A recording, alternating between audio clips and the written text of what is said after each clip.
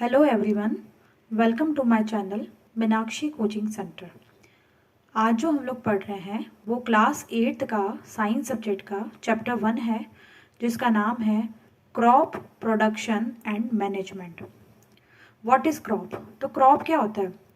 When plants of the same kind are cultivated at one place on a large scale it is called a crop. यानी कि जब एक ही किस्म के पौधे किसी स्थान पर बड़े पैमाने पर उगाए जाते हैं, मतलब कोई भी एक किस्म का पौधा, सपोज एक गेहूं है तो गेहूं के सारे पौधे जो हैं वो एक जगह उगाए जा रहे हैं, एक एरिया है उसमें उगाए जा रहे हैं, बड़े पैमाने पर उगाए जा रहे हैं, तो उसे हम लोग क्या बोलेंगे? फसल या क्रॉप।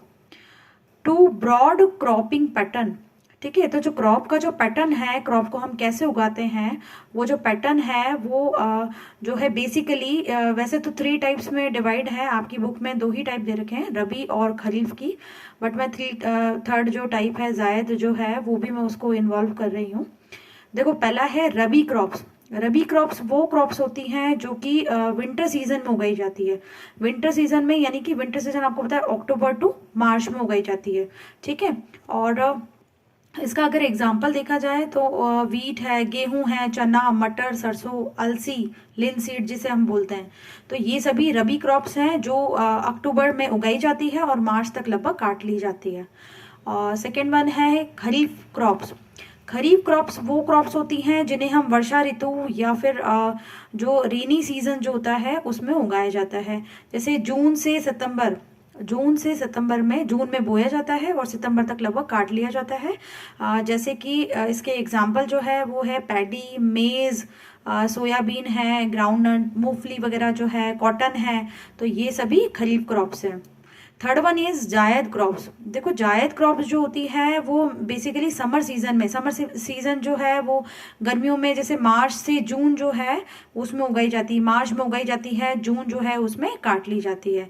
जैसे तरबूज है, खरबूजा है, ककड़ी है, सब्जियां हैं या चारा की फसलें जो हैं वो सभी जायद क्रॉप्स में आती है। तो ये इंपॉर्टेंट है आपके रबी, खरीफ और जायद किस्म के पौधे।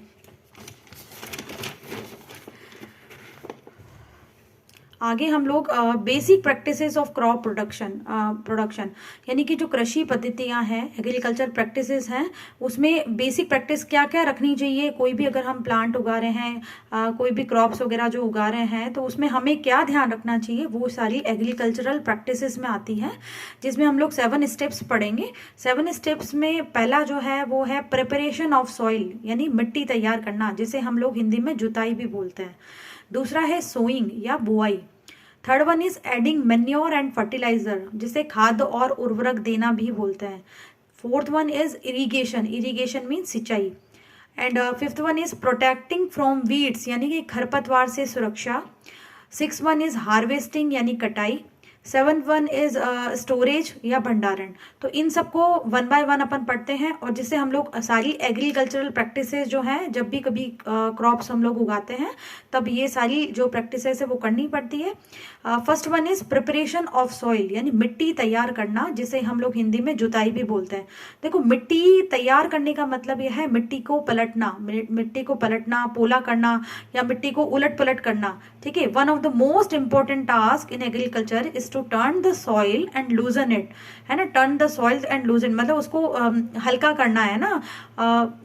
And the loose soil allows the roots to breathe easily even when they go deep into the soil। सीधी सिंपल सी बात है, अगर लूज सॉइल होगी तो जो रूट्स हैं, मान लो प्लांट्स हैं, उनकी रूट्स हैं, वो भी क्या होगी, ब्रीथ भी इजीली कर पाएगी और वो सॉइल में अंदर तक पहुंच भी पाएगी। तो मिट्टी को पलटना, पोला करना, और पोली मिट्टी में जो जड़ें जो हैं वो गहराई में धसी हो जाती है और आराम से वो क्या कर सकती है, श्वसन या ब्रीथ कर सकती है। तो ये मिट्टी तैयार करना में सबसे पहला आता है। अब मिट्टी तैयार करने में हमें क्या बेनिफिट होता है? देखो, जब भी कोई ऊपर की जो लेयर होती है उसमें ह्यूमस बहुत होता है ना, ह्यूमस बहुत होता है, मतलब वो जो फर्टिलिटी के लिए बहुत ज़्यादा इंपॉर्टेंट होती है। कोई भी प्लांट्स है वो फर्टिलिटी उसकी हो तो उसके लिए बहुत ज़्यादा इम्पोर्टेंट होती है। और इसे उलट पलट करने से जो पोषक पदार्थ हैं, जो न्यूट्रिएंट्स हैं, वो क्या हो जाते हैं, ऊपर आ जाते हैं, और ऊपर आने के बाद में बहुत ज़्यादा बेनिफिशियल होते हैं प्लांट की ग्रोथ करने के लिए, ठीक है। और बुआई और सिंचाई के लिए खेत को सबसे पहले समतल करना आवश्यक। समतल करना क्यों? आप लेवलिंग करेंगे तभी तो आप कोई भी जैसे सोइंग वगैरह जो करेंगे आगे, सपोज हम लोग प्लांट्स जो है वो उगाएंगे या बीज उगाएंगे, कुछ भी करेंगे तो उसके लिए समतल जगह होना बहुत ज़्यादा जरूरी है। ठीक है, तो इसलिए और यह कार्य पाटल द्वारा, यह लेवलर, एक लेवलर आता है जिस एक लेवलर है पाटल, उसके द्वारा ये क्या काम किया जाता है। एग्रीकल्चरल इम्प्लीमेंट्स यानी कृषि औजार, कृषि औजार जो कि कृषि में यूज किए जाते हैं, जैसे हल है जिसे हम प्लॉ बोलते हैं, एक होए कोदाली होती है और एक कल्टीवेटर होता है। तो सबसे पहले प्लॉ या हल बोलते हैं। देखो, या तो ये लकड़ी से बना होता है, ये लोहे का बना होता है। ठीक है, इसमें क्या करते हैं, जैसे जो भी बैल वगैरह जो होते हैं या कोई अन्य पशु ले सकते हैं, जैसे घोड़े हैं, ऊंट है ना, उनको लेके जा सकते हैं और उनसे हम लोग उनसे उनकी सहायता से क्या इसे खींचा जाता है हल को, है ना। और लोहे की मजबूत तिकोनी इसमें पत्ती होती है जिसे फाल कहते हैं। और हल का जो मुख्य भाग होता है वो लंबी लकड़ी का बना होता है। हल का जो मुख्य भाग है वो लंबी लकड़ी का, अभी तो लोहे का भी बन जाता है। इसे हल शाफ्ट बोलते हैं। इसमें एक सिरे पर हैंडल होता है। इसमें क्या होता है, एक सिरे पर हैंडल होता है और जो दूसरा सिरा जो है वो जोत के डंडे से जुड़ा होता है, जिसमें बैलों की गर्दन जो है उसके ऊपर रखा जाता है। एक जोड़ी बैल व एक आदमी इसी सरलता से चला सकता है। तो ये है हल। दूसरा है कुदाली। कुदाली में कुछ नहीं होता, आगे की ओर क्या होता है, लकड़ी अथवा लोहे की छड़ होती है जिसके एक सिरे पर लोहे की चौड़ी और मुड़ी हुई प्लेट लगी होती है और ब्लेड की तरह ये कार्य करती है। और इसका दूसरा सिरा जो है पशुओं द्वारा खींचा जाता है, इसे बोलते हैं कुदाली। और कल्टीवेटर क्या होता है, nowadays plogging is done by tractor driven cultivator. एक कल्टीवेटर होते हैं जिनसे ये कल्टीवेटिंग किया जाती है। The use of cultivator saves labour and time, और मतलब ये हमारी समय की बचत करती है, श्रम की बचत करती है। आगे है सेकंड वन इज सोइंग या बुआई। भाई जब जो पूरा जो एक एरिया है वो समतल हो गया है, लेवलिंग हो गया है और हल चला दिए हैं उस पर और उसको बिल्कुल क्लियर कर दिया है, अब उसमें क्या करी जाएगी, बुआई की जाएगी। बुआई यानी बीजों को बोना, है ना। Before sowing good quality clean healthy high yield seeds of a good variety are selected, है ना। कोई भी अगर मान लो हम लोग बीज बो रहे हैं तो पहले ये तो देखेंगे हम लोग को वो बीज जो है वो अच्छे हैं, अच्छी गुणवत्ता वाले हैं, क्वालिटी अच्छी उसकी, क्लीन भी है और हेल्दी बीज होने चाहिए ताकि जो उससे होने वाली जो उपज है वो काफी अच्छी हो। अब बीज बोने के औजार, tools used for sowing seeds. भाई कौन कौन से टूल्स यूज किए जाते हैं, सबसे पहला है फनल शेप्ड। फनल शेप्ड या कीपाकार, ये एक ट्रेडिशनल टूल्स है ना। Funnel shape, the seeds are filled into the funnel. Funnel के अंदर क्या किया जाता है, सबसे पहले बीजों को डाल दिया जाता है। अब पास down through 2 or 3 pipes having sharp ends, these ends pierce into the soil and place seeds there। मतलब इसमें क्या होता है, पहले सबसे पहले बीजों को उसको कीप के अंदर डाल दिया जाता है और या 2 या 3 नुकीले सिरे वाले पाइपों से गुजरते हैं और उसके बाद में ये सिरे जो है वो मिट्टी को भेदकर, मिट्टी को आगे की ओर भेदकर बीज को स्थापित कर देते हैं। तो बीज प्रॉपर वे में जो है वो आराम से जो लैंड है उसमें चला जाता है।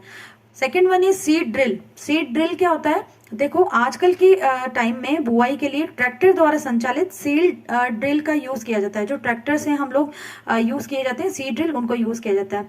इसके द्वारा बीजों में समान दूरी और गहराई बनी रहती है। समान दूरी गहराई इसलिए क्योंकि जो ट्रैक्टर जो होता है उसमें क्या होती है, जो आगे की ओर जो सीड जो लगाए जाते हैं तो वो एक बेसिक उसमें डिफरेंस होता है ना। तो हर डिफरेंस के अंदर जो है वो बीज डाला जाता है। इसके द्वारा बीजों में समान दूरी और गहराई बनी रहती है। यह सुनिश्चित करता है कि बुआई के बाद बीज मिट्टी द्वारा ढक जाए। इससे बीजों को पक्षियों द्वारा खाए जाने से रोका जा सकता है। सीड ड्रिल द्वारा बुआई करने से समय और श्रम दोनों की बचत होती है। मतलब इसमें क्या किया जाता है कि पहले तो क्या किया जाता है, बीजों को समान दूरी और गहराई पर डाल दिया जाता है और उसके ऊपर मिट्टी ढक दी जाती है, जिससे कि कोई भी पक्षी वगैरह जो है वो बीज नहीं खाए और हमारी जो क्रॉप्स है वो आसानी से उग पाए। Appropriate distance between the seed is necessary to avoid overcrowding of plants. अगर बहुत सारे जो प्लांट्स हैं वो एक साथ में उनके बीज जो है वो एक साथ में डाल दिए जाएंगे तो ओवर क्राउडिंग हो जाएगी, है ना। तो इनसे बचने के लिए जो सीड्स हैं उनको एक अप्रोप्रिएट डिस्टेंस जो है उसको मेंटेन करना चाहिए।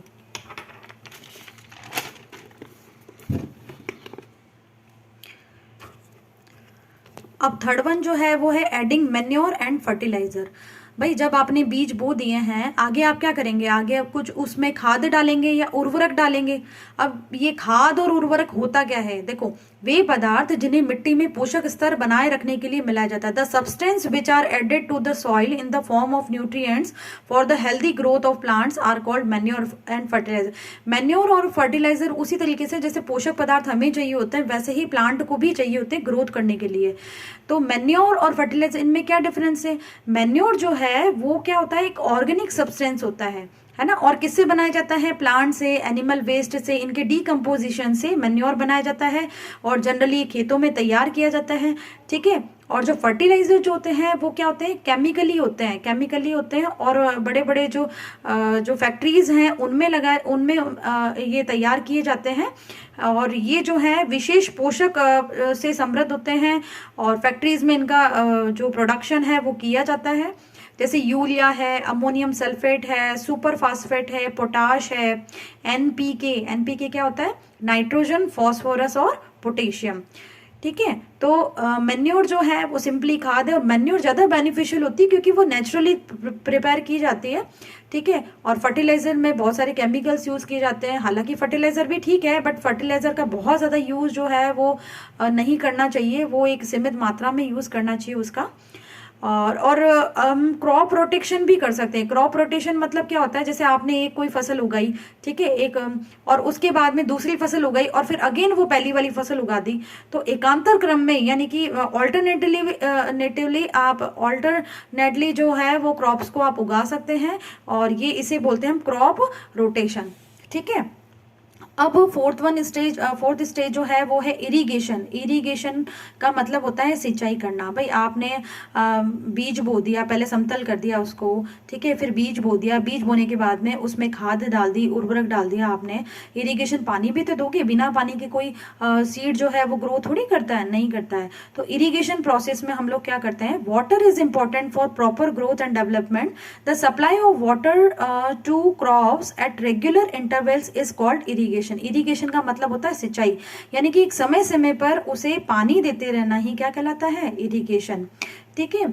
और सोर्सेज ऑफ इरिगेशन, इसमें आपके वेल्स आ जाएंगे, कुएं आ गए, ट्यूबवेल्स आ गए जिसे हम जलकूप बोलते हैं, और पॉन्ड्स आ गए, तालाब, लेक्स आ गई, झीलें, रिवर्स यानी नदियाँ, डैम्स हो गए, बांध, कैनाल्स हो गई, ये सारी जो है वो इरिगेशन प्रोसेस में हेल्प करती है। पानी जो है वो हम इनके थ्रू दे सकते हैं।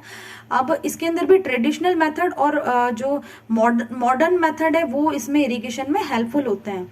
ट्रेडिशनल मेथड में क्या होता है, जैसे पहला है मोट या पुली सिस्टम में, या घिरनी जो होती है, घिरनी क्या होती है, मतलब एक पहिए टाइप की होती है, छोटी सी घिरनी, और उससे क्या होता है कि उससे हम लोग कुएं से पानी जो है वो खींचते हैं और जो जिस भी पात्र में हम लोग पानी लेते हैं और उसी के थ्रू हम लोग जो है वो सिंचाई करते हैं।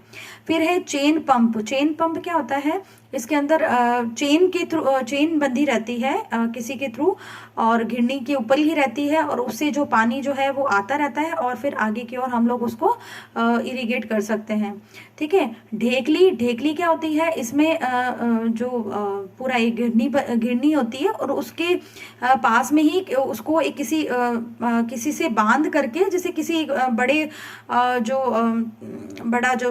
किसी भी एक स्थिर कोई वस्तु होती है उससे बांध करके, जैसे कोई एक खंबा हो गया या किसी से भी ऐसे विशेष तरीके से बांध करके और फिर उससे पानी लिया जाता है, ठीक है। रहट या लीवर सिस्टम क्या बोलते हैं, इसमें किसी भी पशु के द्वारा, जैसे मान लो गाय है, बैल है, उसके द्वारा खींचा जाता है। घिरनी पूरा एक चक्र होता है ना, व्हील टाइप का, और उसमें क्या बहुत सारी बकेट्स टाइप की बनी होती है, तो उन बकेट्स में पानी आता रहता है और ऊपर की ओर पानी आ करके और फिर वो हम इरिगेशन में उसको हेल्प करते हैं। अब जल को ऊपर खींचने के लिए सामान्यतः पंप का उपयोग किया जाता है और पंप चलाने के लिए डीजल, बायोगैस, विद्युत और सौर ऊर्जा का उपयोग किया जाता है। अब है modern method of irrigation. Modern method of irrigation में first one is sprinkler system.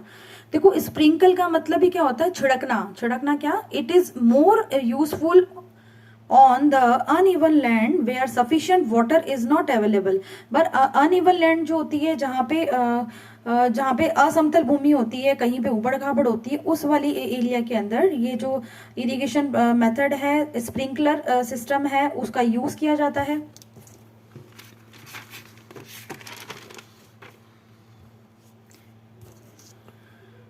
इसके अंदर क्या होता है, उर्दू पाइप, नलों के ऊपरी सिरों पर घूमने वाले नोजल लगे होते हैं, मतलब ऊपर की ओर पाइप होते हैं, ठीक है, और उस पे नोजल लगी होती है, और यह पाइप निश्चित दूरी पर मुड़े पाइप से जुड़े होते हैं। जब पंप की सहायता से जल मुख्य पाइप से भेजा जाता है तो वो घूमते हुए नोजल से बाहर निकलते हैं। मतलब इसमें कुछ भी नहीं है, जो मेन जो जहाँ से नल जो एरिया है वहां से नोजल वगैरह जो है ऊपर की ओर पाइप लगे होते हैं, और उनसे जो है नोजल जुड़ी होती है, और वहां से जैसे ही पानी पंप की सहायता से छोड़ा जाता है तो वो जो नोजल है वहां से पानी जो है बिल्कुल ऐसे निकलता है जैसे कि बारिश हो रही हो। तो उससे जो है ये जो कॉफी वगैरह जो है उनके प्लांट्स को बहुत हेल्पफुल होती है ये।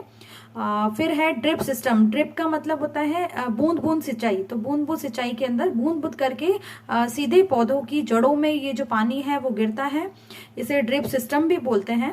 तो अब पानी तो हो गया, अब हमें क्या करना है, प्रोटेक्शन फ्रॉम वीड्स। वीड्स को हम लोग हिंदी में बोलते हैं खरपतवार। खरपतवार वो पौधे होते हैं जो कि क्या होते हैं कि जैसे मान लो हमने कोई फसल उगाई तो उन फसलों के साथ में कुछ अवांछित पौधे जो है, अनवांटेड या अनडिजायरेबल प्लांट जो है वो उग जाते हैं, ठीक है। तो अनवांटेड जो प्लांट्स है वो उग जाते हैं, तो वो अगर वैसे ही रहेंगे तो वो क्या करेंगे, वो जो मेन जो क्रॉप्स होगी, मेन जो फसल होगी, उनसे क्या होंगे, जल, पोषक, जगह, प्रकाश सब कुछ ले लेंगे, है ना। और वो ले लेंगे तो फिर वो जो ग्रोथ होगी फसलों की वो हो पाएगी कि जो अगर इनके बिना होती है, नहीं हो पाएगी।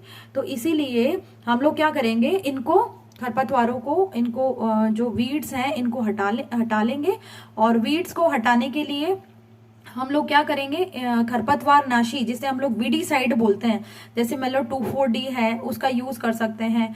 ये जो है वो मतलब क्रॉप्स वगैरह जो है उनको डैमेज नहीं करती है, ठीक है। फिर है हार्वेस्टिंग या कटाई। हार्वेस्टिंग या कटाई का मतलब होता है, अब जब फसलें पक गई है, अच्छी सी ग्रोथ हो गई है, तो उसकी कटाई भी की जाएगी। फसल पक जाने के बाद उसे काटना कटाई कहलाता है।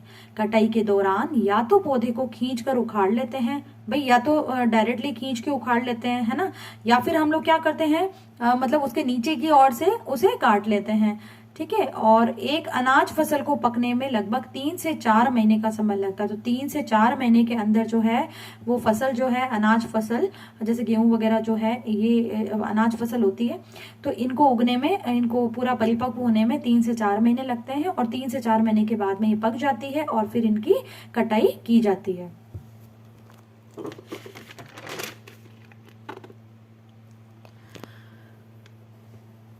और हमारे देश में दरांती हंसिया जो होती है उसका यूज किया जाता है, हाथ द्वारा कटाई की जाती है। और मशीन का भी हम लोग यूज कर सकते हैं जिसे हार्वेस्टर मशीन कहते हैं। और जो काटी गई फसल है उसे बीजों या दानों को भूसे से अलग करना। भूसा क्या होता है, शाफ बोलते हैं, separated from the chaff. In the harvested crop the green seeds need to be separated from the chaff. This process is called threshing. इसको बोलते हैं थ्रेशिंग, है ना। यानी कि काटी गई फसल से बीजों या दानों को भूसे से अलग करना क्या कहलाता है, थ्रेशिंग कहलाता है। और इसकी ये जो है वो कॉम्बाइन मशीन जो है उससे भी हम लोग कर सकते हैं, जो कि हार्वेस्टर और थ्रेशर जो है उसको मिला जुला रूप है।